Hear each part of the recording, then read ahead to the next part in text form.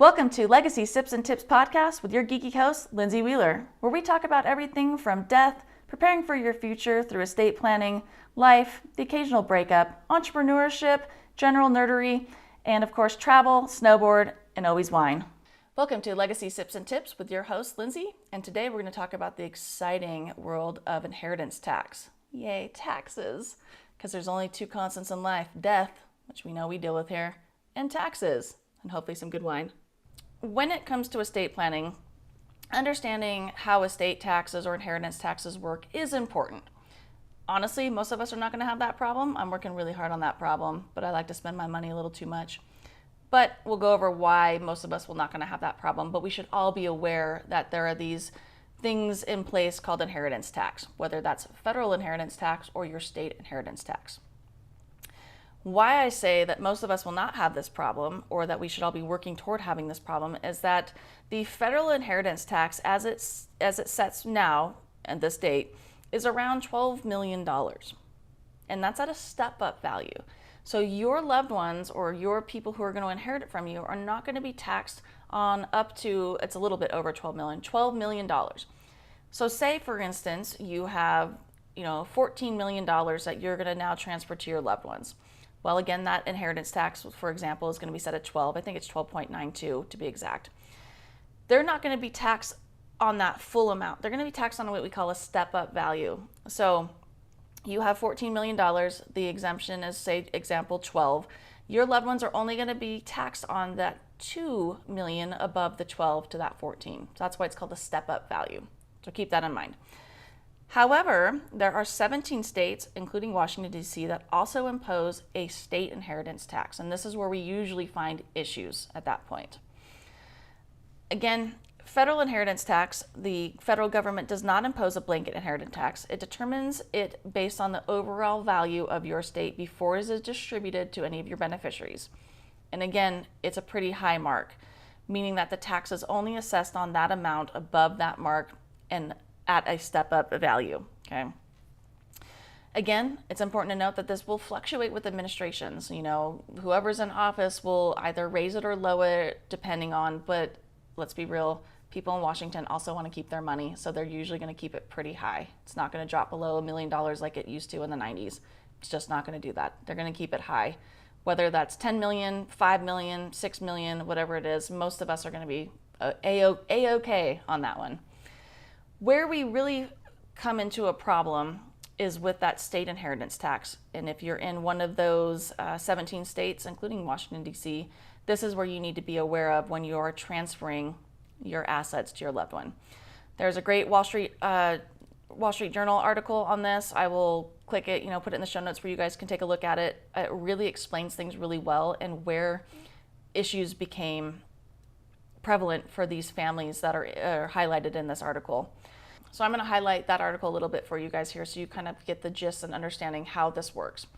So while the federal estate tax hits only the wealthiest of Americans, because again, looking at that 12 million mark, the threshold for state estates, I like that, the inheritance tax are generally much, much lower. And these taxes can cost your heirs or beneficiaries tens of thousands of dollars that they were not expecting to pay, along with the grief of figuring out how to pay your bills, deal with everything after you've passed away. It's problematic in a lot of ways. The reason why this becomes a problem is because of the high increases on those property values. Obviously, most of us are not going to be able to buy a property in our lifetime. Because let's be real, who's going to buy a house these days with our cost of living increases that are not being commiserated with our wages, and now property values are insane. So, for example, in this article, we talk about a guy named Mr. Yi. He was about to have to pay nearly $112,000 in Massachusetts for the tax bill of his late mother's estate when he got, luckily, a reprieve from the governor. There was a retroactive change to the state's laws that had dropped the estate bill to only $12,000. He was very happy because also you don't want to lose your family's homes, too, for this, having to pay these crazy state taxes. So as families like the Yees often learn too late, the state tax rules are complicated and subject to change, as of all laws are. Again, 17 states, including the District of Columbia, have a state tax and inheritance tax, or both. So generally, your estate will be subject to these taxes if you consider one of these places your permanent home and you have property there, or your loved ones have property there. So double check where your parents are living. So estate taxes get levied at a rate of around 20% on estates over a certain threshold, known as the exemption amount in certain states. That estate tax exemption amount varies from 1 million up to that 12 million or whatever the federal threshold is. And those taxes will vary slightly from those states to states. Also to note that they're not levied on the estate, but to the heirs. So that's what's kind of crazy. So it's not being taxed particularly on the estate itself, but it's on that transfer to the heirs. So the heirs are paying it, not the estate itself, if that makes sense. The much lower exemption amounts and tax rates depends on the heir's relationship to the deceased as well. So parent-child usually is lower if you're going out from there because you didn't have any children or they didn't have children and you're a sibling, you're a cousin or whatever it is, those amounts might be much, much higher. Sadly, unmarried partners typically will pay the top rate. In New Jersey, for example, if you leave your estate to a niece, nephew, or unmarried partner, they are taxed at 15% on assets up to $700,000 and 16% on the assets above that $700,000 mark. There's no estate or inheritance tax when assets are left to a spouse who is a U.S. citizen, however. So that's helpful because we don't want to, have our spouses be out in the cold or having to pay these estate taxes. So at least we got that going for us.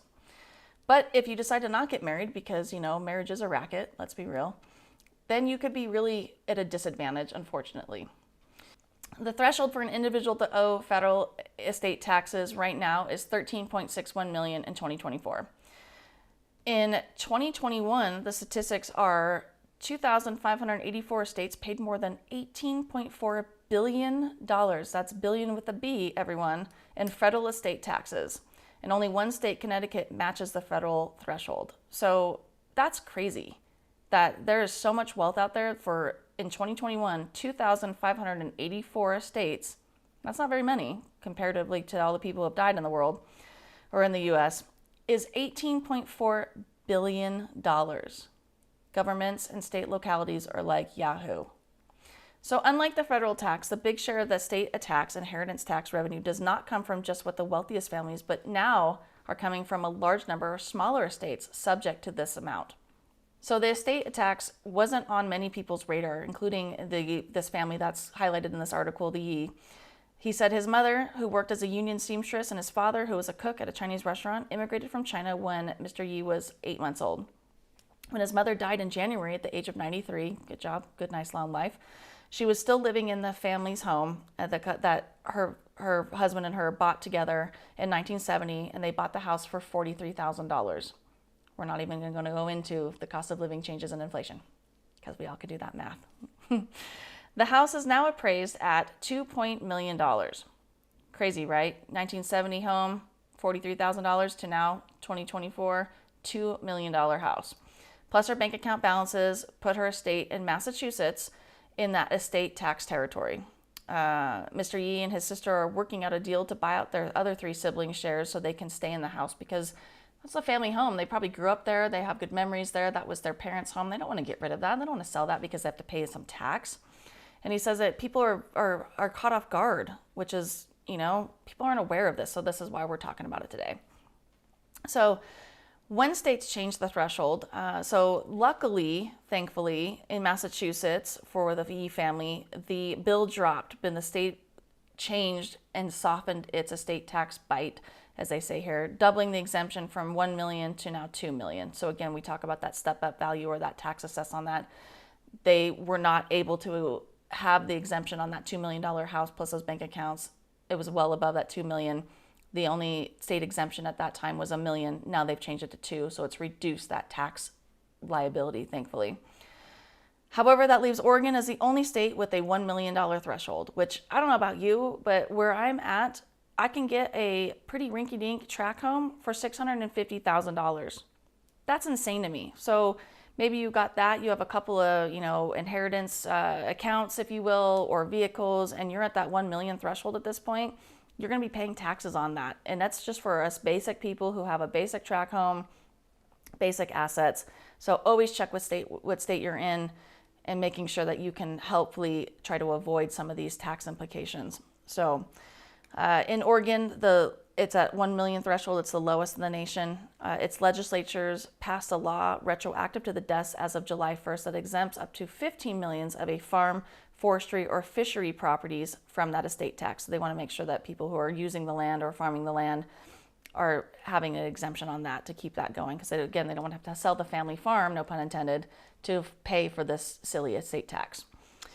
That provision would have knocked about $100,000 off the estate bill for a client in that state who had a 60-acre fruit orchard that was left to his son later that year. And many of the other states, those 17 states, are also changing the inheritance tax rules just because of the cost of living and property tax, property values, if you will.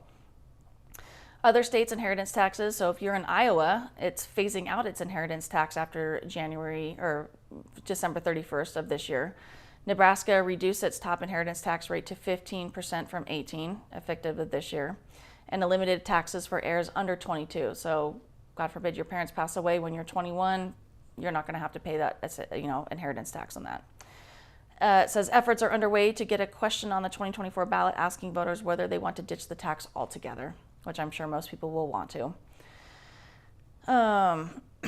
For example, a estate attorney in Nebraska is handling an estate for a mail carrier who died last year and left his farmhouse to his college-aged niece and nephew.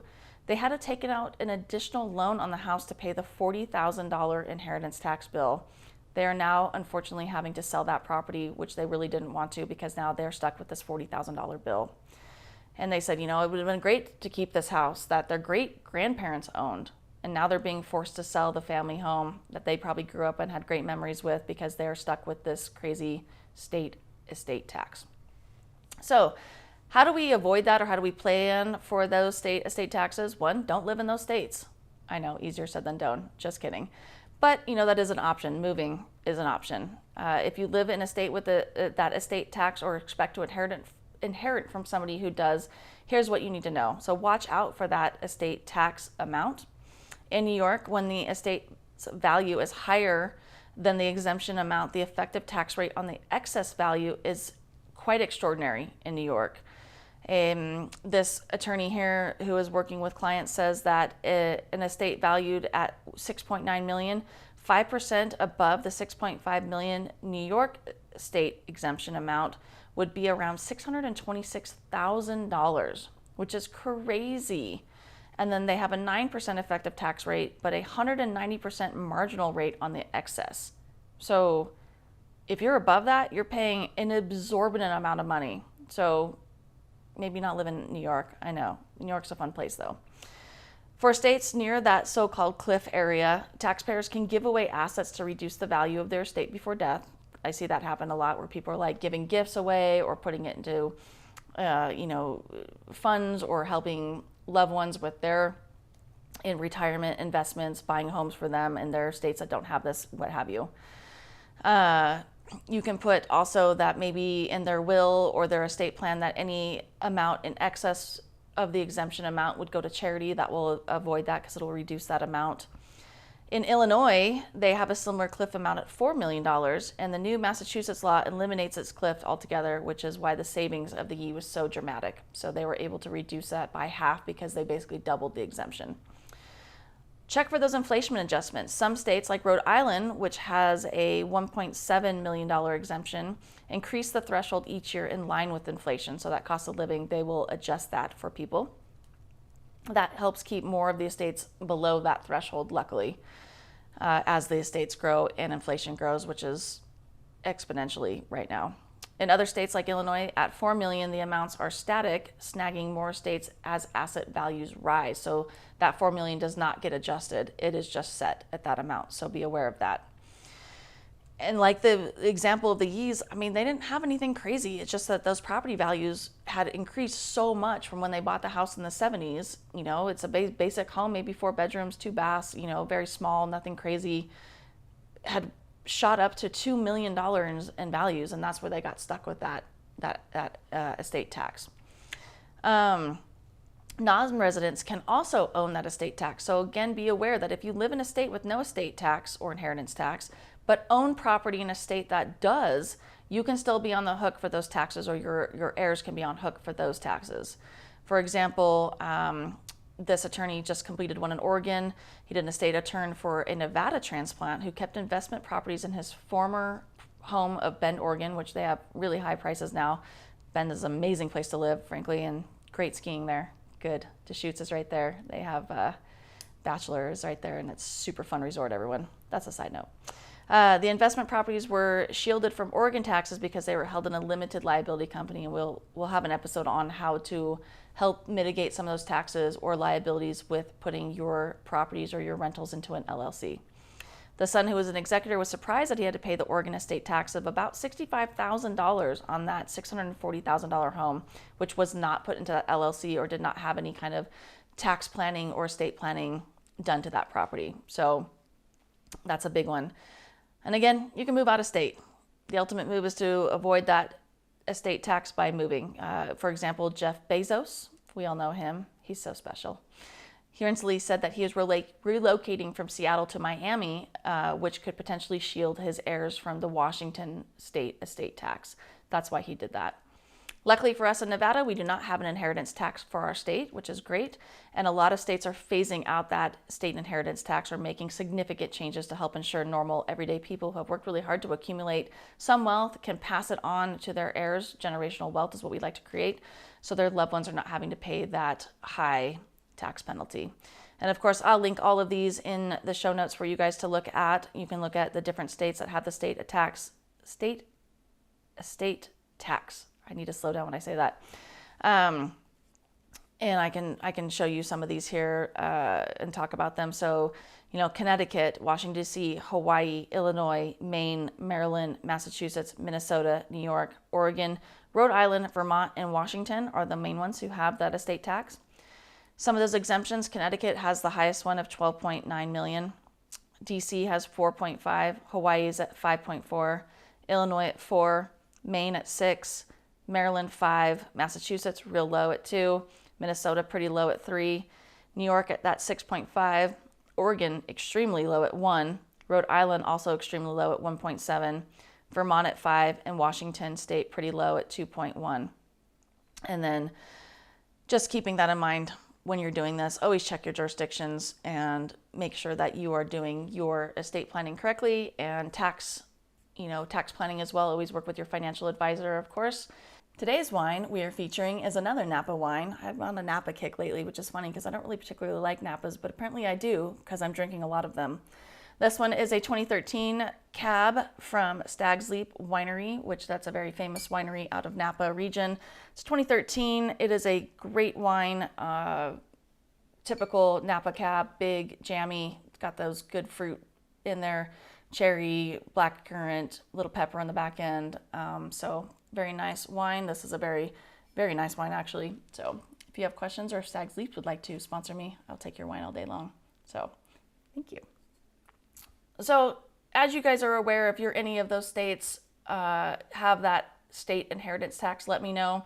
We can discuss that, or we can help you guys, pre-plan, or help your parents pre-plan or your loved ones pre-plan to hopefully try to avoid that.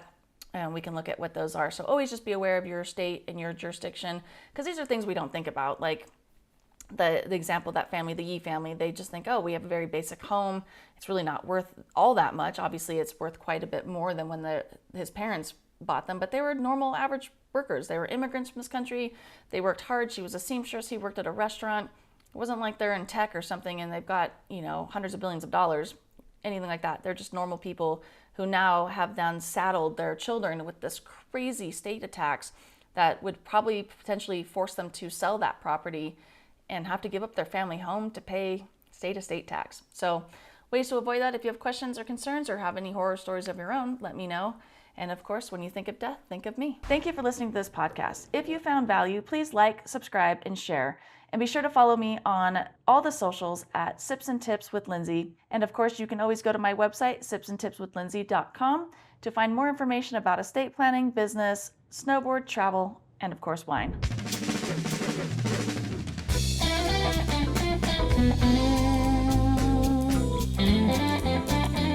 As always, we have to get the legal stuff out of the way. I went to law school, so you don't have to. However, we have to read the special disclaimer that I am not a practicing attorney. I am not your attorney. I am not offering any legal advice in any content or any episode. All content is for your information and educational purposes only. It is not a substitute for seeking your own legal advice from your own attorney or other professionals such as a CPA or financial advisor. I cannot give legal advice and do not offer any legal services or legal advice, but I do offer some fun and educational content for you to enjoy.